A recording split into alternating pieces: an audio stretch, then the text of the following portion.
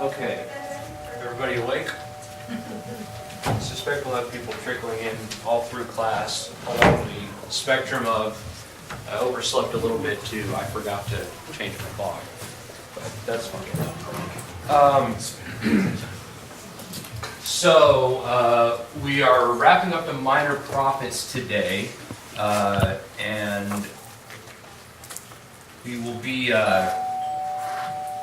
It's really time to start now.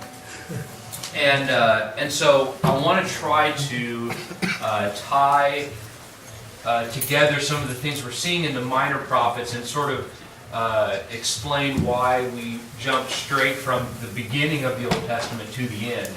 And I think by the end of the class you'll be able to see some logic behind that and some useful tools as we move forward into the middle of the Old Testament.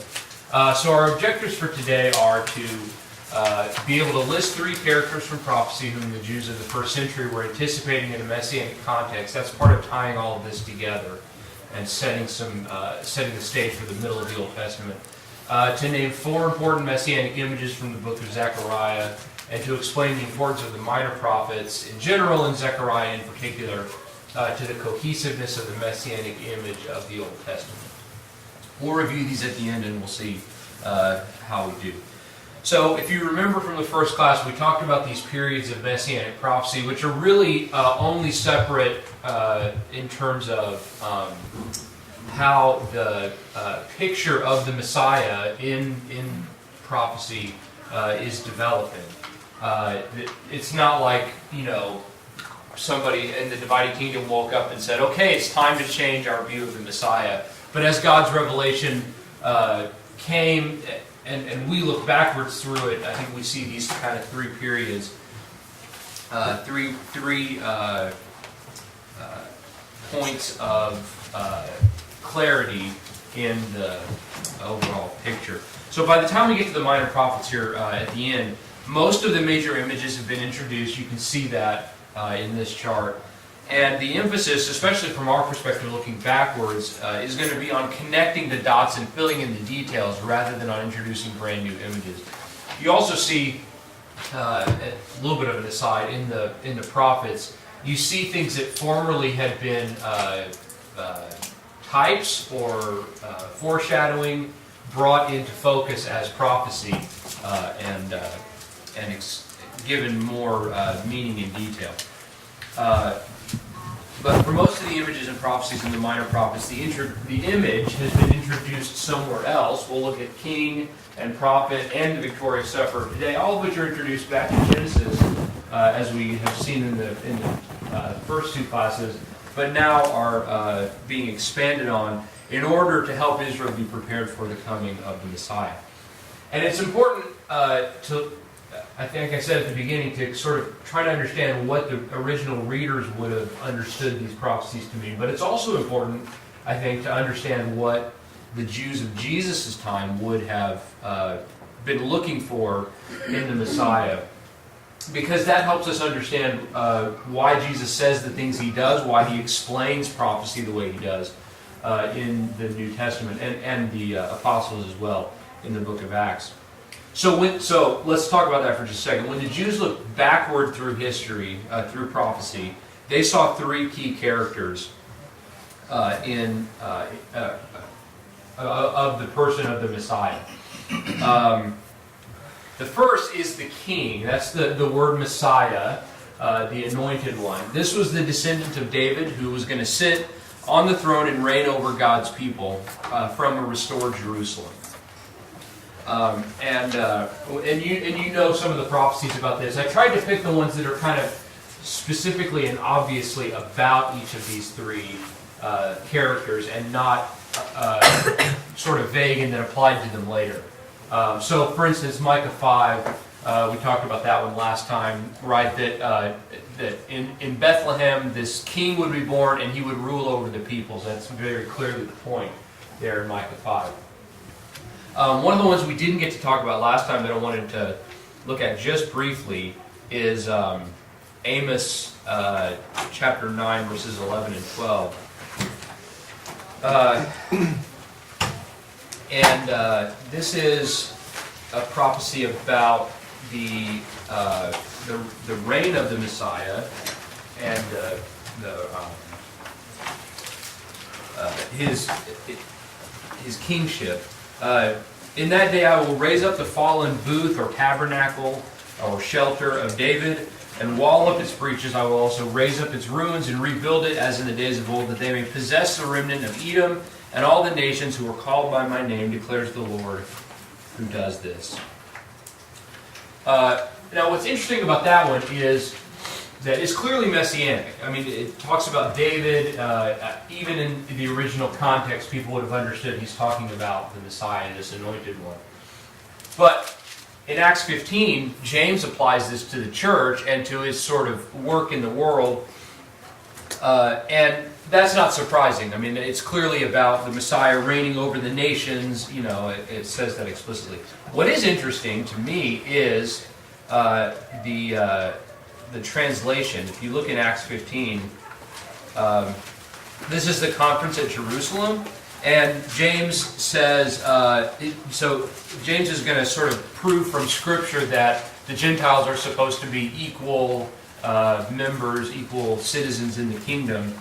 And he says in verse 15, with this, the words of the prophets agree, just as it is written, after these things I will return, and I will rebuild the tabernacle of David, which is fallen, and I will rebuild its ruins, and I will restore it. And we think, okay, yeah, good, I recognize this from Amos chapter 9. Verse 17, so that the rest of mankind may seek the Lord, and all the Gentiles who are called by my name. That's not what Amos 9 says. It talks about they may possess the remnant of Edom, right? What's happening here, and this is common enough that it's worth talking about in the New Testament. James is quoting from the Septuagint, which is the Greek translation of the Hebrew Scriptures. It was prepared sometime before I think it's 2nd century BC, 1st century BC. I don't remember the dates offhand. Doesn't matter. Anyway, he's quoting from that version of the Greek of the Old Testament, from the Greek Septuagint, and the point is that the Greek or the Septuagint sometimes rephrases things. But the fact that James quotes it, I think, demonstrates that it doesn't miss the point of the passage just because it doesn't translate that part about Edom. So here's part of the point of the Messianic image, or the Messianic kingdom, is that it's going to bring all nations together. Specifically, it's going to bring God's promise to Abraham to full fruition, which would include bringing back in the offshoots of the Abrahamic line that were not a part of that original promise, which would include Edom, who are the descendants of Esau, right? So you see that what the Septuagint did in that translation was to say, what's going on here is God is restoring all of the Abrahamic line back into the full covenant relationship that they had before they were separate nations, when they were all just Abraham. And the Septuagint captures that, and James, in quoting that passage, I think emphasizes there in Acts 15 that that is what God is doing. He's bringing all of these nations back together into the Messianic kingdom. Yes? So I guess make sure I understand. So you're saying that the Septuagint translators, when they saw that, and having had the time realizing that wasn't very messianic, that they chose what was really a more messianic translation of that verse? I think so, and I think that was partly occasioned by the fact that by the time you get to the time when the Septuagint was put together, Edom as a nation was basically gone. Yeah. So I think they would wrestle with, well, who is he talking about then? And I think they probably just understood that, okay, in the Messianic context, he's bringing all the nations together, and that would include the other descendants of Abraham who had been excluded from the Messianic promise by virtue of their ancestors are now being brought back into it. And I think that's the choice they made. Yeah, and I think that's interesting. I hadn't realized that, because I mean, you really think of Edom as being really, it's going to get worse at the time when Jerusalem was destroyed. But even in the days of Amos, the concept of Edom was, them people. Yep. So, okay, that's interesting. I can't prove that. No, But- but I think. So it's a- anybody who wants to disagree is fine, and I won't argue with you. Mason? Yes. I thought the word Edom in Hebrew was related to the word Adam for humanity. It is, and I think that's a part of it. Okay. But the choice of Edom there in the context of Amos, I think, is intentional. It has to do with their antagonistic relationship with Israel. So, like I said, I think both translations, both in the original Hebrew and in the Greek, make sense in the context of their creation. But I wouldn't argue that that double meaning is not intended by Amos. Does that make sense? Like, I think it's very possible that he's playing on the word there to mean both these enemies that are going to be brought into the Messianic kingdom, which is a clear part of the Messianic image, restoring the nations and bringing them into subjection to God, but also extending to all mankind, which is actually what the first part or the second part of that verse said, all the nations. Yes. So, like I said, I'm not gonna argue for it real strongly. But I think that might be what's going on. And we'll look at Zechariah 6 in just a minute, but the idea that this king, the anointed one, is also a priest, is an important part of the Messianic image. And note in this context the precedent of Melchizedek, right, as a king and priest. But it's not just Melchizedek. It's also well, we'll come back to that. We'll talk about that in a minute. I'm getting ahead of myself. So the next person of the Messiah is the prophet. This is a fulfillment of Moses' prophecy in Deuteronomy 18 of the one who would reveal God's will as Moses had, meaning, I think, from a face-to-face relationship with God, not simply one who had heard it and passed it on, but as Moses did, spoke to God face-to-face and revealed him to the people.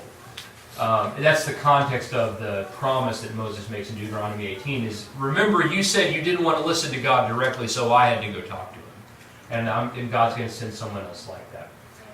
In Malachi 3 and 4, further details about this messenger that we'll look at today, that he would precede the Lord coming to his temple. We'll talk about what that means and whether that's the Messiah or not. And that Elijah the prophet will restore families and ward off destruction.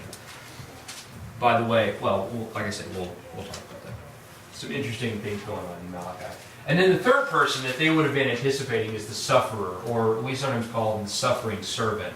It's the one who would be punished for pursuing God's truth and justice. This is a major character in the book of Isaiah, and we'll look at that when we get to Isaiah later in the class.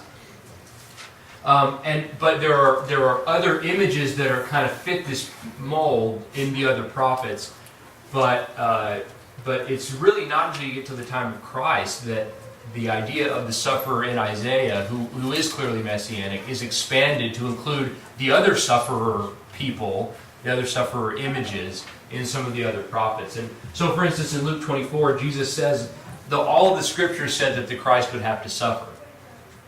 And I think to Jews in the first century, they would have gone, well, I know Isaiah says that, but is it everywhere else too? And so that's part of what Jesus is trying to explain to them. And we'll see that in Zechariah, both the description of the sufferer and then how it's applied to Jesus in the New Testament.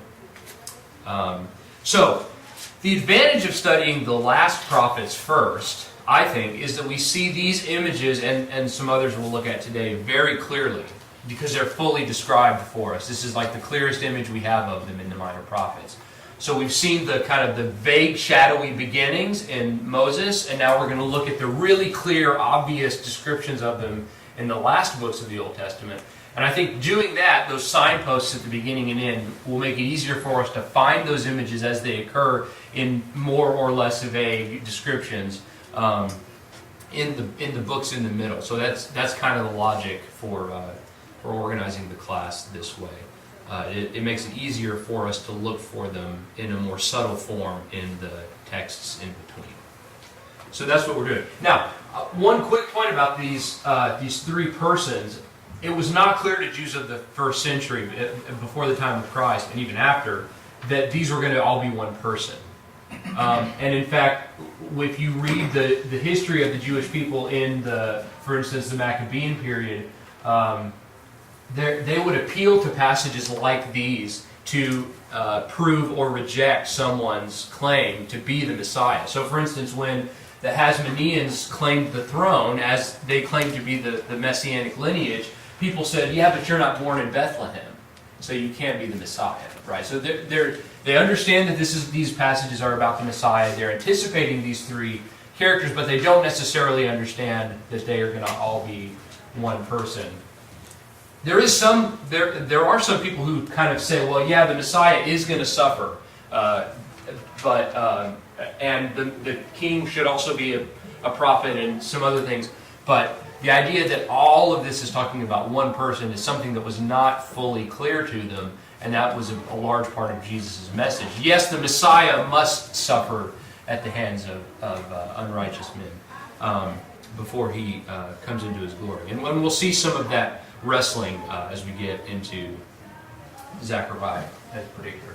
Okay, so hopefully you looked through Zechariah a little bit. It's one of the longer minor prophets, but the lesson kind of helped. I hope it helped you see the important passages for our class today. What images of the Messiah did you find in the book of Zechariah? What's the really obvious one? Priest. That wasn't the one that I was going to guess, but okay, that one's in there too. Good. Keep going, guys. Move. But no, that's good. So we got the priest, we got the shepherd. What else?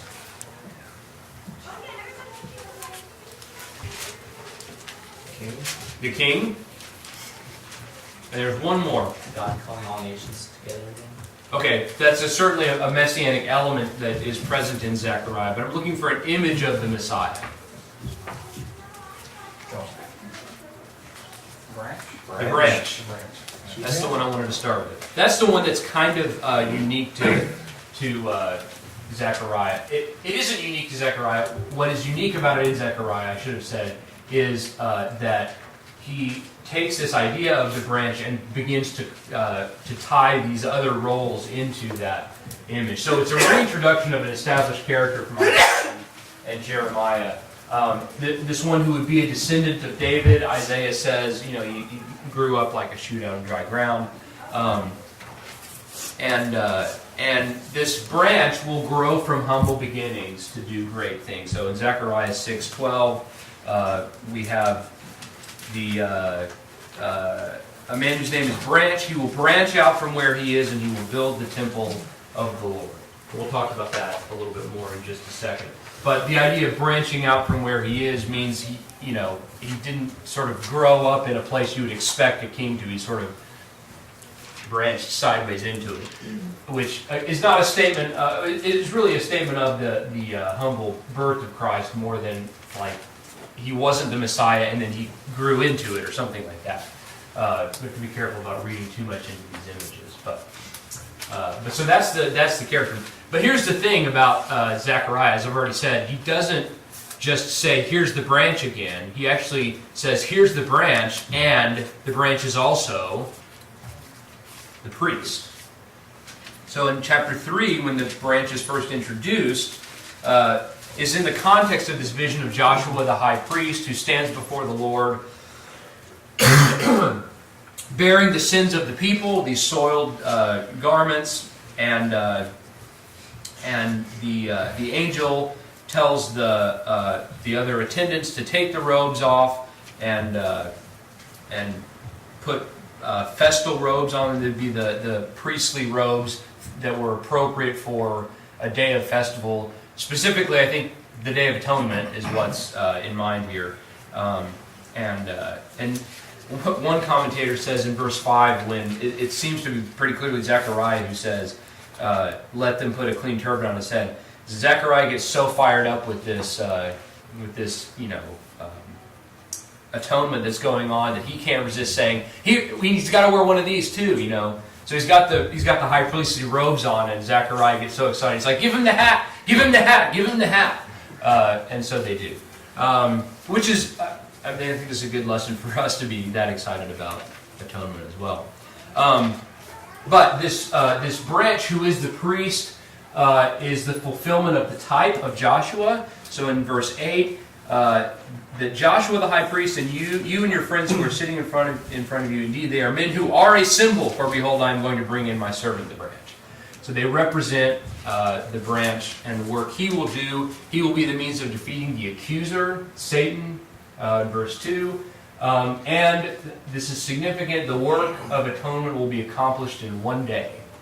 One of those kind of oddly specific things that you kind of think, is that like apocalyptic language? You know, is it like figurative, apocalyptic, or is it literal? Not really sure in the context. But you get to the New Testament, and sure enough, the work of atonement was accomplished in one day. So that's a significant detail of this vision of the branch, who is the priest atoning for the sins of the people. And then the third image is that this priest is then made a king. And I think it is significant that he is made he is a priest first, and then he becomes a king. He, as the king in chapter 6, he's going to build the temple of the Lord. That is a kingly function, because remember who built the first temple? Solomon. Right. And David prepared it. So that building temples for the Lord is in the Israelite tradition a kind of a kingly office.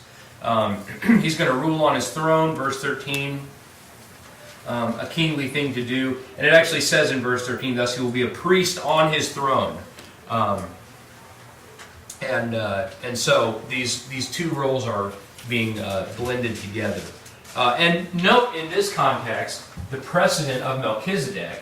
This is what I started to say earlier. The precedent of Melchizedek being both a priest and a king. But that precedent is not limited to Melchizedek.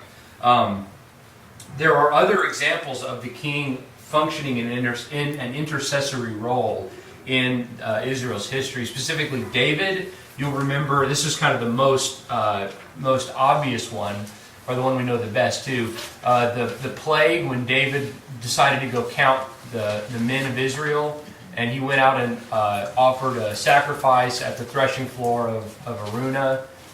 That's David acting in an intercessory. He's doing a priestly job there, right? He's offering a sacrifice. He's interceding between God and the people, so that to sort of bring God's mercy to them. There are other examples too. Hezekiah and Jehoshaphat both kind of act in intercessory roles. And then, of course, there's the statement, which we'll look at in a future class, in Psalm 110, you are a priest forever after the order of Melchizedek, in the context of a description of the king there in Psalm 110. That had to mean something to Israel, right? We'll talk about what that is, but I just want you to see that this idea of the king also being a priest, having a priestly or intercessory role, is not something that just pops out of nowhere when you get to Hebrews. In the New Testament, that it was there from the beginning, even though it was not necessarily the king's most obvious role. It is part of what it's supposed to do. Yes? Just going along with the Hebrew idea of the branch, in Isaiah 11, the Hebrew word for branch is different than in Jeremiah 23 or the words that are used in Zechariah. Yeah. So in Isaiah 11, I believe that's the first time this idea of Jesus being the branch is used. Yeah. And the Hebrew word is sheresh, Yeah. which people think is related to the word Nazareth, that for like when Matthew 2 chapter 2 says that he's going to be a Nazarene. Yeah. That it's related to these ideas of him being the branch. That's right. So Yeah. And we'll explore that when we actually talk about Isaiah. But having said that, I do just want to make the other side of the argument that even though it's a different Hebrew word, it is still clearly the same character. In Jeremiah and also here in Zechariah. But yeah, that's a good point. And I think we'll explore that when we get to... I'm teaching 2 of the 3 Isaiah classes, so I'll tell you, we will explore that when we get to it. But you probably noticed I didn't actually finish... so he's going to rule on his throne, you will draw other nations to build the temple. That's interesting, that his job is to build the temple, but he's also going to bring other nations to help with that, both as a sign of their subjection to him and also of this kind of unification of the nations. To go up, as Isaiah and Micah say, to go up to the house of the Lord. And he's going to put them to work in it. But this king will enter Jerusalem humbly on a donkey. And of course this passage is significant. It's quoted in the New Testament in the triumphal entry, that, you know, your king is coming, O Jerusalem, on a donkey, on the foal of a donkey. So here's the thing. I mean, yeah, donkeys are humble, right? But they are also, there's some hints that they are also a symbol of triumph. Maybe because donkeys are really bad for fighting on, because they're not fast, they're not big, they're not strong in the same way that horses are, right? So if you're riding a donkey, that means you're pretty sure that things are peaceful. So there's this idea, and you can see it most clearly in Judges 5:10 in the Song of Deborah, that riding on a donkey means that you won. And so maybe that's a part of what Jesus is doing when he rides a donkey into Jerusalem. And I think it's also a part of what Zechariah is describing in a messianic context here. That this king's rule is so secure, he doesn't even need an army. He doesn't need horses. He can ride a donkey because God secures his kingdom. Yes? I don't know if this is a part of that. Now, would you say I was reading about that horses, usually war, the idea of a horse is war horse, that you're coming for war. And on a donkey, peace. But you're expanding it like, it's already, I'm so confident in the... That's one way of reading it. I mean, you could also say that one of the things God had told the kings of Israel not to do was to acquire and stockpile horses, right? So the tradition of kings riding donkeys is in some ways a kind of a symbolic representation of their reliance on God. That we're not going to stockpile horses, and I'll prove that by riding a donkey. But it shows up in Judges already, and not in a king context, and just in the context in the Song of Deborah of victory, riding on a donkey. So I think it's a very complex image, and it's not used a lot in the Old Testament, which is why there's some sort of room for speculation, which is lots of fun, but also not always profitable. But I do think that's part of what's going on, both in this context in Zechariah and in its fulfillment in the triumphal entry. And, you know, the part of the power of that is, I mean, you have this prophecy, and as Jesus is entering, and people, they're realizing... Yeah, they understand it. They understand Yeah. what's going on here. And I think, so along with some other ones that we've seen, like Micah 6, born in Bethlehem, like this is one that's so clearly messianic, everybody knows the Messiah will come into Jerusalem on a donkey. If he's on a donkey coming into Jerusalem, it must be the Messiah. You know, it's that clear to them. And so, since it's that clear, it's one of the ones I think we need to have a clear understanding of in order to sort of build this image of Christ as the promised Messiah. But you'll notice that I didn't read all of verse 13 when I read part of that a minute ago. He will build the temple of the Lord. He will bear the honor and sit and rule on his throne. Thus he will be a priest on the throne, and the council of peace will be between the two offices. So, what does that mean? What does it mean that the council of peace will be between two offices? So I'd like you to turn to the person next to you and talk about this for just a second. Brainstorm some ideas. You should also look at Zechariah 3, verses 9 and 10, and chapter 6, for the next two verses, 14 and 15, for some better, for some more clues. So just take just a minute to do that.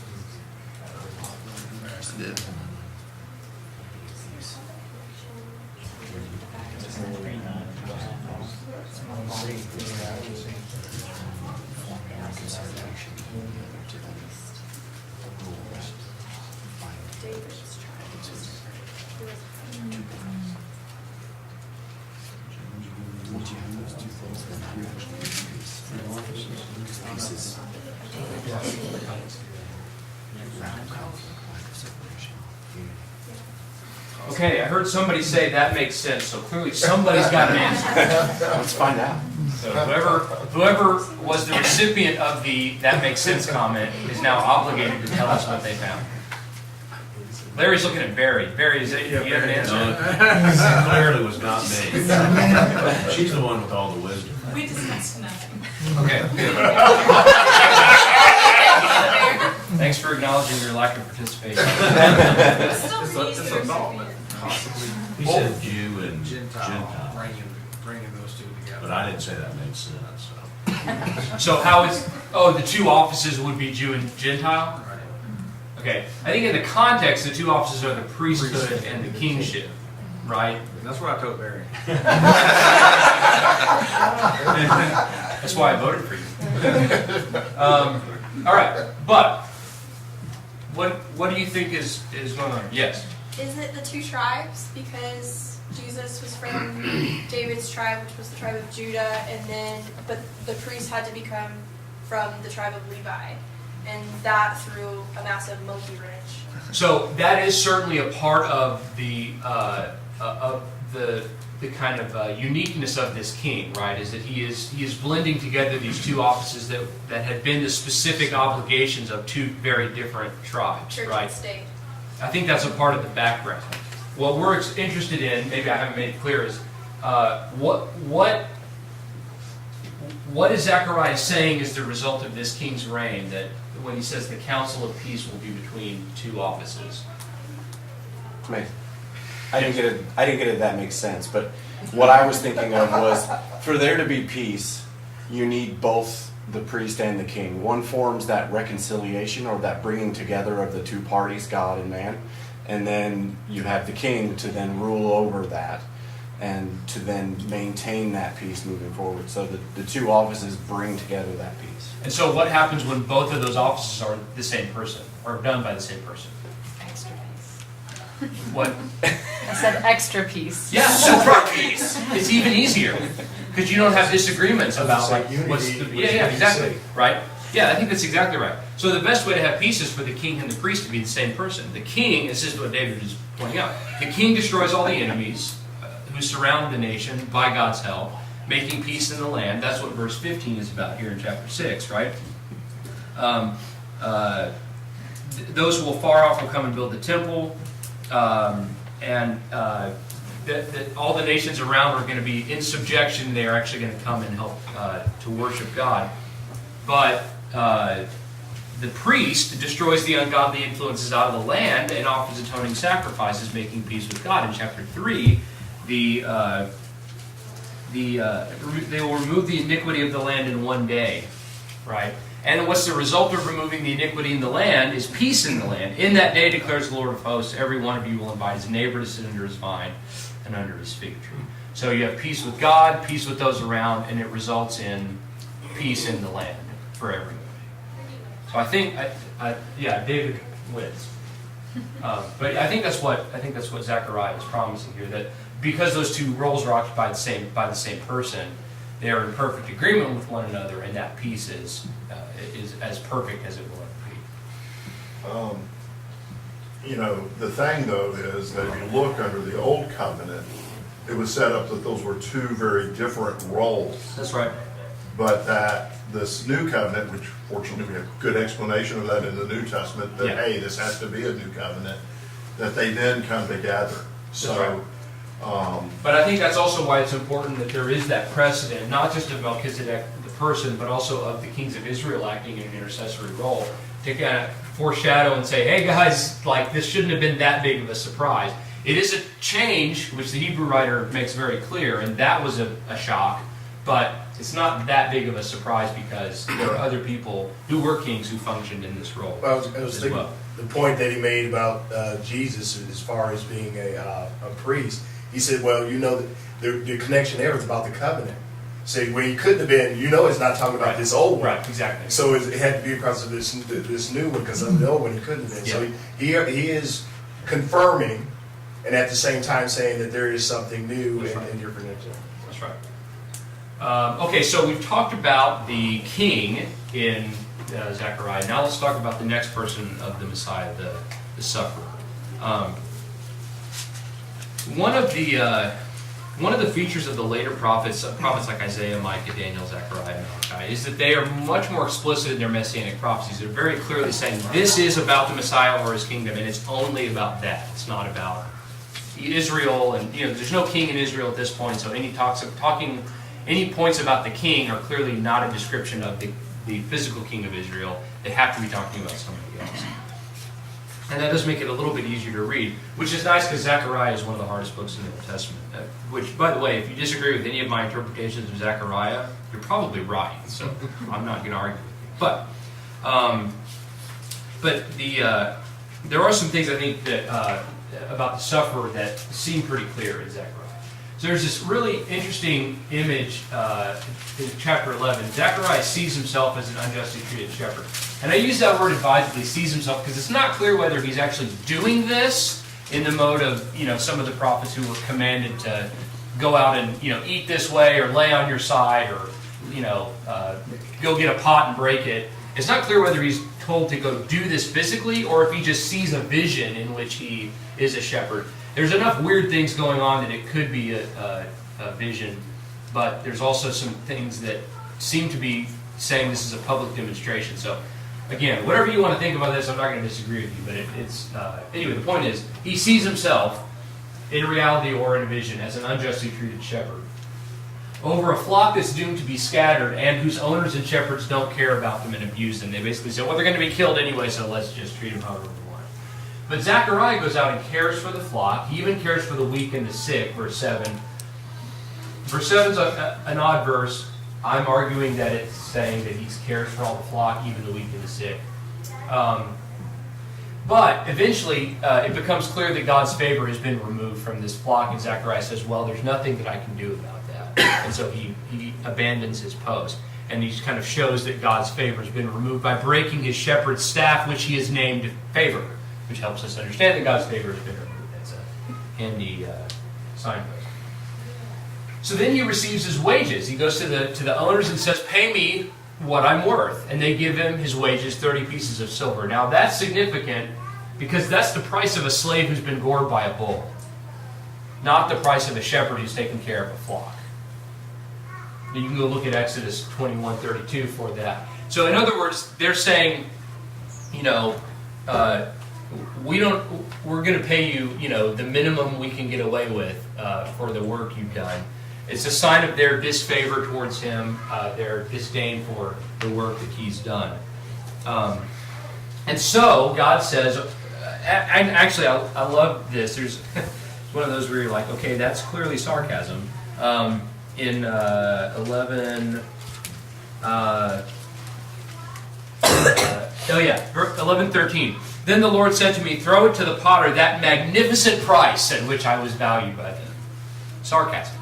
That's sarcasm in the Old Testament. From God, no less. But anyway, so he throws his wages into the temple as a public demonstration of his rejection by the owners. And also his rejection by the flock is pretty clearly implied as well. And so then in Matthew 27, the 30 pieces of silver that they give Judas when he betrays Jesus is not just a more than coincidental detail. Look, 30 pieces of silver in Zechariah, 30 pieces of silver in Matthew. Therefore, it must be prophetic. It's way more than that. It's way better than that. It's a symbolic rejection of God's chosen shepherd in both contexts, right? God says, here's the shepherd. And not only the flock, but the owners of the flock, the people who were supposed to be responsible for caring for them, say, no, we don't want that shepherd. We're going to get rid of him, and we're going to pay 30 pieces of silver to get rid of him. And that's the importance of this prophecy. Not simply that there's a detail that matches in the New Testament, but it fits the type, the underlying narrative of God's people rejecting all of those whom he sends to care for them. And so in verse 13, the confusing Hebrew is rephrased in the Septuagint to give them for the potter's field, which is the translation that's quoted in all of the Gospels to explain how Judas went and hanged himself, and the high priest took the 30 pieces of silver and bought the potter's field, and they used it to bury strangers in. So that's all based on the Septuagint translation. The best explanation that I've read is throw it to the potter is roughly equivalent to, it's some kind of colloquial expression, but it's roughly equivalent to like throw it to the dogs or throw it out in the street or something like that. It's worthless, just get rid of it. And so, but the New Testament picks up on that potter image, which I just wonder if they were like, potter? What? What in the world? And then it kind of all makes sense when the actions of the last week of Christ's life conclude. But I don't know. Like I said, Zacharias. And so that's the end of that vision in chapter 11. But Zechariah comes back to this image of the shepherd in chapter 13 because Jehovah declares that his shepherd, his associate, he calls him, in 13:7, will be struck with the sword and the sheep will scatter. And this prophesies Jesus' death and his disciples' reaction. You probably noticed I've avoided saying that anything prophesies anything else when I've been teaching. That's intentional. This is also intentional. I think this is clearly a messianic prophecy, and I think even in the context people would have understood that. Because Jehovah calls the shepherd his associate. This is one who is equal to me, my co-worker in this action. That the associate will be struck with the sword and the sheep will scatter. I think that's as clear as it can be, direct prophecy of what's going to happen to the Messiah. I guess I should say one other thing about the Septuagint thing and the 30 pieces of silver. We're not really looking necessarily for like a one-to-one correspondence with New Testament stories. We're looking for a reuse of language and images. I think it's worth pointing out that in this case, it's the righteous sufferer who throws the 30 pieces of silver into the temple. Right? But it's Judas, the one who betrayed the innocent sufferer in the gospel accounts, who throws the 30 pieces of silver. That's not a problem. In most cases, the prophecies are not intended to be a minute-by-minute narration of what's going to happen in the future, although that does happen occasionally, but that's not the norm. We're looking for languages and images to be reused, and that's why it's important to examine things like the 30 pieces of silver in their original context and see that it's more than just a detail that gets picked up. It's actually a very highly symbolic action. So this is the sufferer. I want to move and talk about the third person of the messianic expectation, which is the prophet. And to do that, we're going to look at maybe the most famous prophecy about that prophet, which is Malachi chapters 3 and 4. So in the context of Malachi, God has been criticizing Israel for their injustice and hypocrisy expressed in numerous ways. And this discussion ends in chapter 2, verse 17, the end of the chapter, by Malachi quoting the people as his kind of form is in this book. And they say, well, where is the God of justice? Okay, we're not doing what we're supposed to do. Well, God's not going to do anything about that, is he? Well, in response, God promises a three-step judgment. First, his messenger will come and prepare the people. That's Malachi chapter 3, verse 1. That's one of the ones that we're very familiar with. I'm going to send my messenger. He will clear the way before me. The messenger will come and prepare the people. Second, another messenger will come. A messenger of the covenant will come like a refiner's fire and like launderer's soap. The fire is a common image of God's judgment. I like the image of God's judgment being like launderer's soap. Right? It's like the strongest cleansing solution you can think of. It's going to get it as white as it will ever be. But anyway, that image is only used a few times in the Old Testament. So but it is a different messenger. Chapter 3, verse 1, I'm going to send my messenger, and he will clear the way before me. And the Lord whom you seek will suddenly come to his temple, and the messenger of the covenant in whom you delight, behold, he is coming, says the Lord of hosts. It's a different messenger, right? This messenger is the messenger of the covenant. He's going to come to judge Israel for their sins, but to give them time to repent. That's verses 5 through 7 is the description of that judgment. But it's a judgment that is in the future. Verse 6, for I, the Lord, do not change, therefore you, or sons of Jacob, are not consumed. and you think of passages where Jesus said things like, you know, the words I speak will judge you in the day, right? Jesus came to expose the sins of the world and to, of course, redeem us from them, but also to give us time to repent before the judgment came. And that's the messenger that Malachi is talking about. Now there's this interlude in 3 verses 8 to 18, I think it's an interlude, where you have two responses to this pronouncement of coming judgment. One response is to deny any wrongdoing, especially of the things they've been accused of, and that's verses 8 through 15. And I mean, when I read that, I just can't help but see the reaction of of most of the Jews to Jesus' teaching. We haven't done anything wrong. We have Moses, we have Abraham as our father. You know, we've never been in bondage to anyone. Who are you? You know, you were born entirely in sin. That kind of thing. I think it just sounds like verses 8 through 15. But there's a second group in verses 16 through 18 who hear this. They kind of get together and they determine to serve the Lord. And Malachi says, "You will be remembered and spared. A book of remembrance was written before him for those who fear the Lord and who esteem His name. They will be mine, says the Lord, on the day that I prepare my own possession." So that's the interlude. The messenger comes, says judgment is coming, and you have a chance to respond. Two responses: reject or accept, disobey or obey. And so the third step in this judgment is that God will destroy the wicked and save, or the language used here in Malachi in chapter 4 is heal the righteous. And as a result of that, Malachi urges two applications on his readers in verses 4 through 6 in chapter 4. The first one is to remember the law of Moses, which really means obey the law of Moses, not just, oh yeah, the law of Moses, it's there. And second, look for Elijah, the messenger who will precede the day of judgment. And I want to say this. We're gonna talk about this, but John says he's not Elijah, which is the language of Malachi 4. But Jesus says John is Elijah. So how do you reconcile that? I was going to have you wrestle with it, but I'll just tell you. It'll get off easy today.